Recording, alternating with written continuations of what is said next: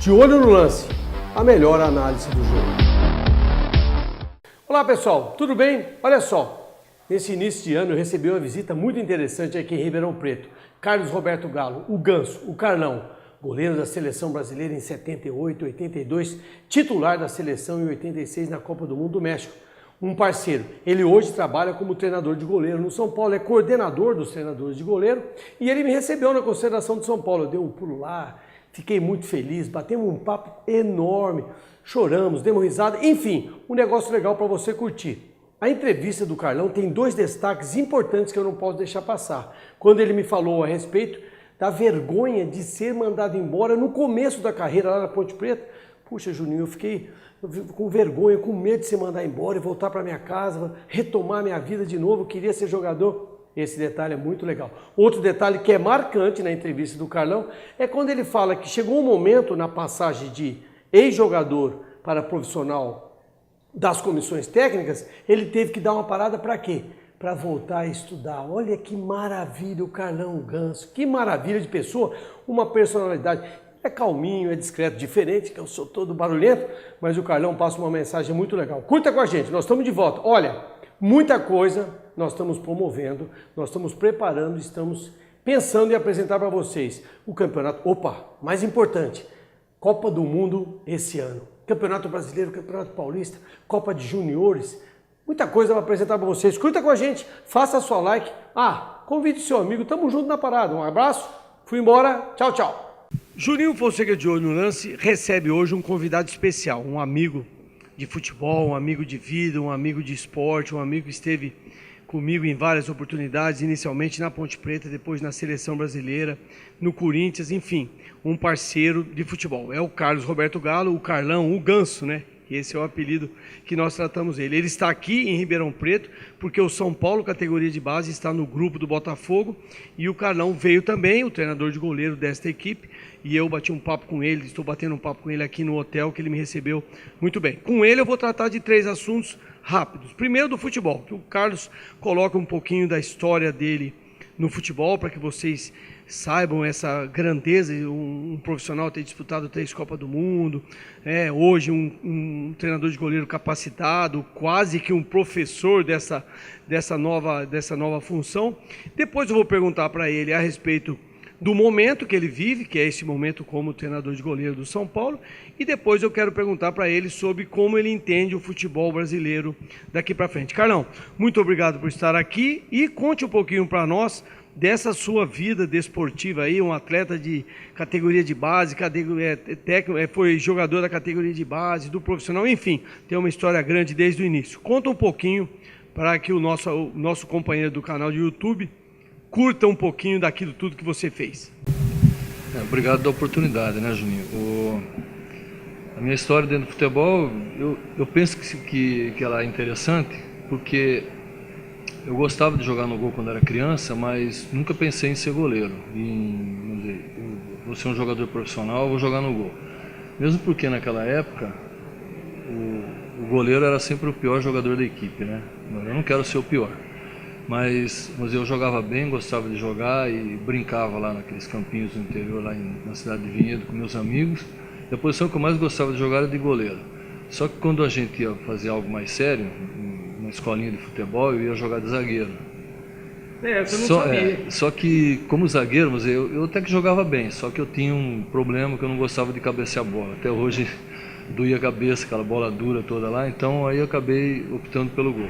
Só que o gol aconteceu pela necessidade naquela época, lá naquele momento, de nós começarmos a ter jogos e ninguém queria jogar no gol. Falei, ninguém quer, então deixa eu que eu gosto de jogar.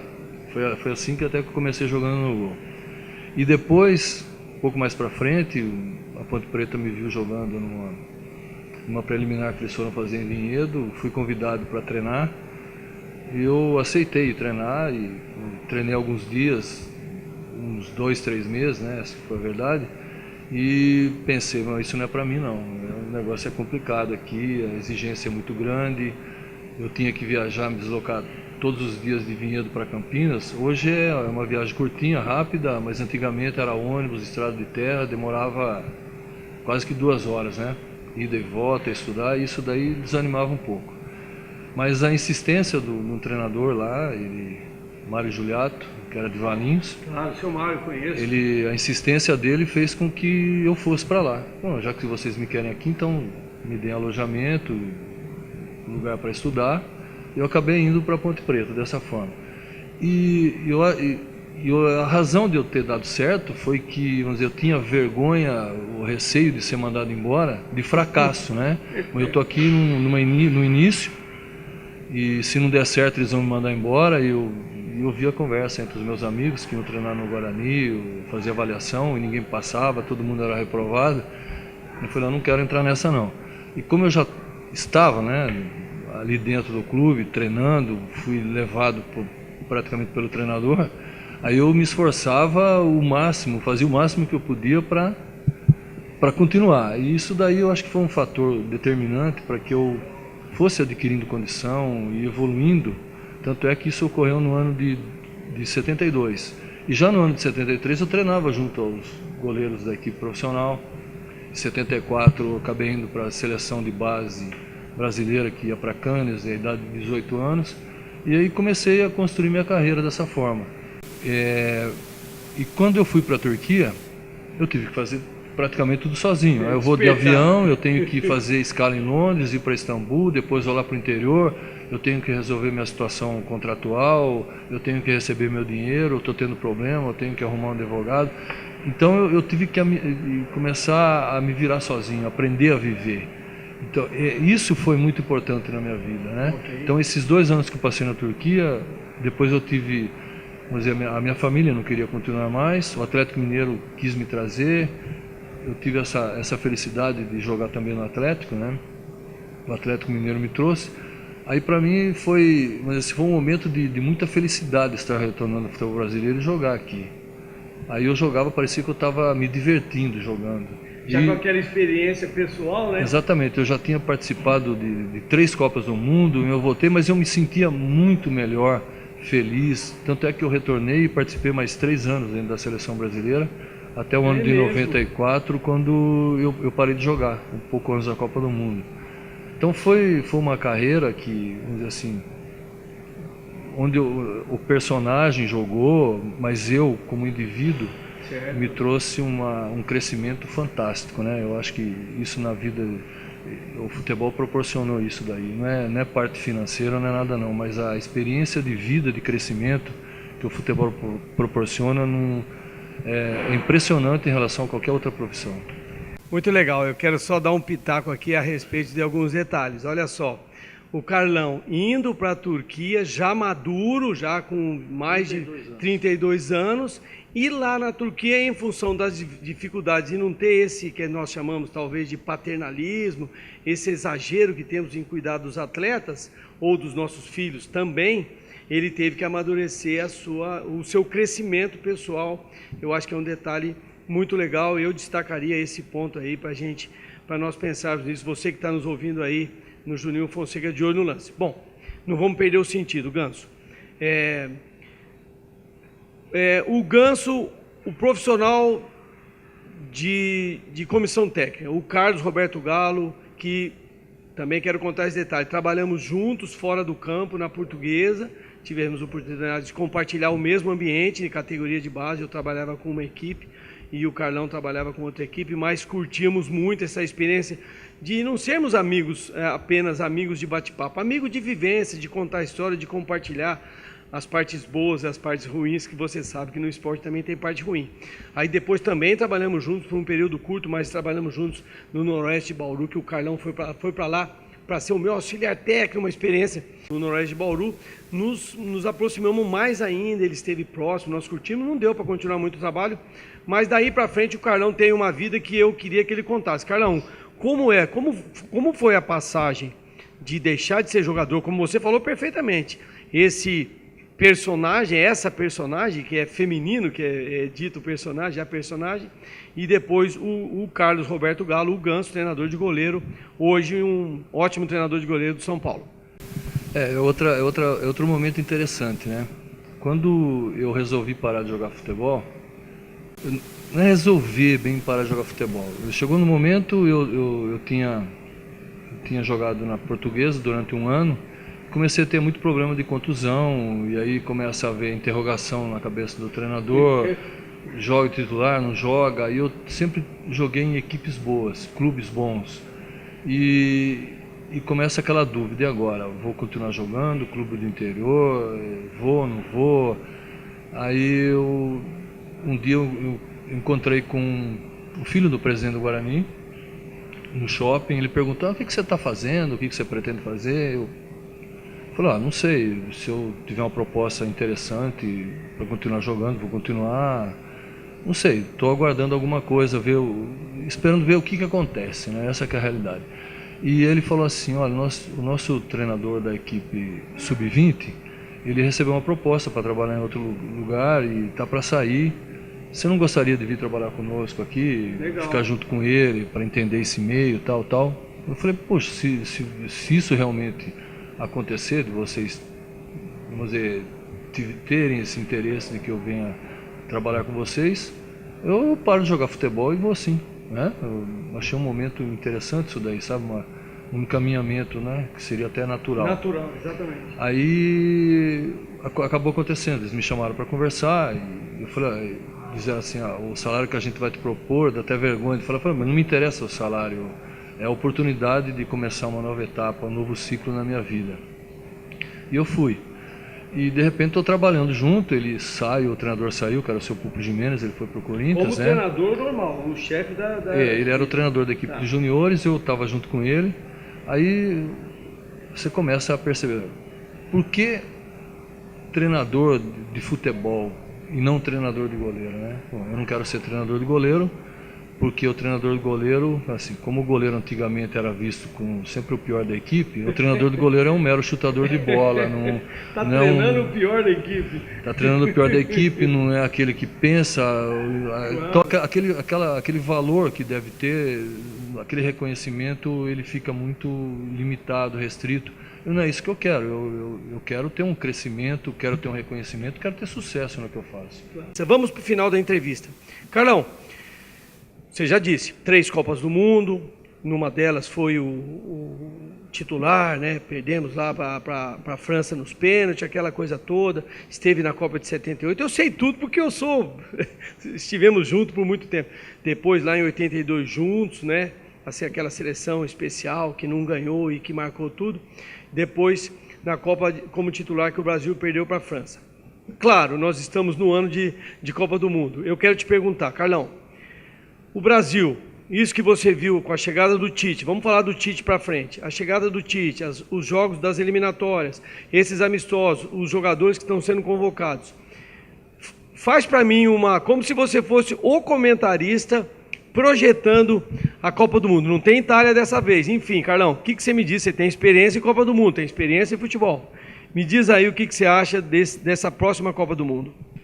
Nós vamos estar falando de algo que, vamos dizer assim, o que vai acontecer a gente não sabe, né? A gente fala o que pensa, o que sente, o que aconteceu anteriormente, faz uma projeção. Quando o Tite assumiu, o Tite é uma pessoa que tem ideias, conceitos consolidados. Ele tem certeza, ele tem convicção do que ele está fazendo. Então eu vejo que isso é algo muito importante para ele como um comandante do grupo e para o sucesso da equipe que ele está dirigindo, né? A equipe que ele dirige, está representando o país hoje, a seleção brasileira, e ele sabe de toda a responsabilidade. E ele faz aquilo que ele tem de bom e de melhor. O Tite, o que se percebe é que ele é uma pessoa que ele trabalha com segurança, ele transmite, ele tem a ideia do jogo e trabalha, vamos dizer assim, ele elabora treinamento, ele tem os planos dele para a equipe jogar aquilo que ele pensa. Então a equipe tem estrutura defensiva, que eu acho que é fundamental para o sucesso de qualquer equipe, né? Para ela poder jogar ofensivamente, ela tem que ter estrutura defensiva. Se não tiver estrutura defensiva, você pode ter uma equipe fantástica, fabulosa ofensivamente e que vai acabar perdendo o jogo, vamos dizer assim, de uma maneira idiota até, porque não se preocupa com detalhes defensivos. Uma vez li uma entrevista do Baresi, Franco Baresi, do Milan. A equipe do Milan campeã de tudo e perguntaram para ele por quê, assim com uma curiosidade, por que você não comemora gol da sua equipe? Ele falou assim, porque eu não vejo minha equipe fazer gol. Como que você não vê sua equipe fazer gol? Eu falei, não, porque quando a minha equipe está de posse de bola se atacando, eu estou aqui observando o posicionamento, organizando o setor defensivo, porque a hora que perde nessa transição aí, é onde a gente corre o maior risco de ser surpreendido. Então eu estou preocupado com isso. Então, esses detalhes eu percebo que o Tite ele se atém a isso. Né? Eu acho que é fundamental e importante. Muito bem, gente. Olha, eu quero agradecer o Carlos. Daqui a pouco eu passo para ele fazer a despedida dele. Agradecer o Carlos. Foi uma aula, hein, gente? Essa da explicação do Tite, das pessoas que se enquadram, interagem. Olha só, o Carlão está estudando. Estou sabendo. É que em off nós conversamos mais do que aqui na gravação. Quero agradecer o Carlos, a oportunidade de trazer para você, meu parceiro aqui do canal do YouTube, Juninho Fonseca, de olho no lance, na melhor análise do jogo. Carlão, é uma pena, mas faça a sua despedida para todos nós. Eu agradeço e não agradeço só essa oportunidade, mas tudo que até hoje a gente, na nossa convivência, assim, porque eu acho que o importante nas pessoas, no relacionamento, haver um entendimento, né? Como é que fala, uma empatia. Eu acho que nesse aspecto a gente sempre teve, quando eu jogava e você jogava, a gente se ajudou muito, a gente se ajudou muito, né? Em detalhes simples, né? Nós estamos tendo dificuldade em cobrança de bola parada, em escanteio, e de repente você vinha com a ideia, se eu ficar aqui, colocar esse aqui, fazer assim, assim, assim, eu acho que vai ser melhor para nós vamos conseguir anular essas jogadas do adversário. E a coisa deu certo. E é algo que nós tivemos lá na década de 70, né, no começo de 80, e que hoje ainda é uma coisa totalmente eficiente e que resolve o problema. E que a gente aprendeu sozinho vivendo. Então, vamos dizer assim, esse nosso relacionamento foi importante. As ideias, a gente pensa muita coisa igual. Então, essa é a gratidão que eu tenho de ter conhecido você, ter trabalhado com você. E o que eu desejo é que você, vamos dizer assim, nesse momento da sua vida, você consiga se desenvolver cada vez mais nisso que você está fazendo. Capacidade e competência você tem, inteligência de sobra. Eu acho que é questão de experiência, de experiência, de continuar praticando, né? Porque é a prática que, vai ser a prática leva à perfeição, mas é a boa prática que leva à perfeição, né? Porque você pode ter uma prática ruim e ser ótimo em fazer coisas ruins, mas você tem um conteúdo muito bom para ter uma prática fantástica, excepcional. É isso que eu desejo a você e que os seus admiradores, assim, tenham sempre aprendizado, cultura, reflexão, que eu acho que é importante, reflexão sobre essas coisas que a gente conversou, embora tenham sido poucas, mas que sempre faz parte do crescimento nosso na vida. Olha aí, gente. Muito obrigado a você que nos acompanha. Juninho Fonseca de Olho no Lance. Hoje, num dia especial, trazendo aqui conosco o Carlos Roberto Galo, o Carlão, meu parceiro Ganso. Obrigado. Fique com a gente. Tamo junto. A gente volta a qualquer momento. Tchau, tchau. De Olho no Lance. A melhor análise do jogo.